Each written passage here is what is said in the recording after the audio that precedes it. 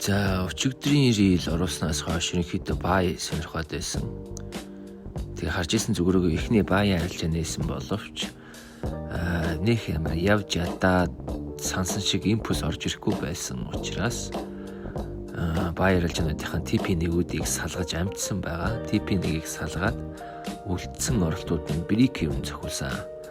Тэгээд зохиулсны дараа нагсан нэг бай арилжаа нээх гэж оролцсон боловч мөн адил дээшээгээ явах сонирхолгүй байсан учраас за энэ унах гэж магадгүй юм байна гэж одоо сэл арилжаанд орсон байгаа. Сэл арилжааг яг өмнөх хаяыг эвдүүлэхгүй гэж бодоод сэл арилжаа нээсэн.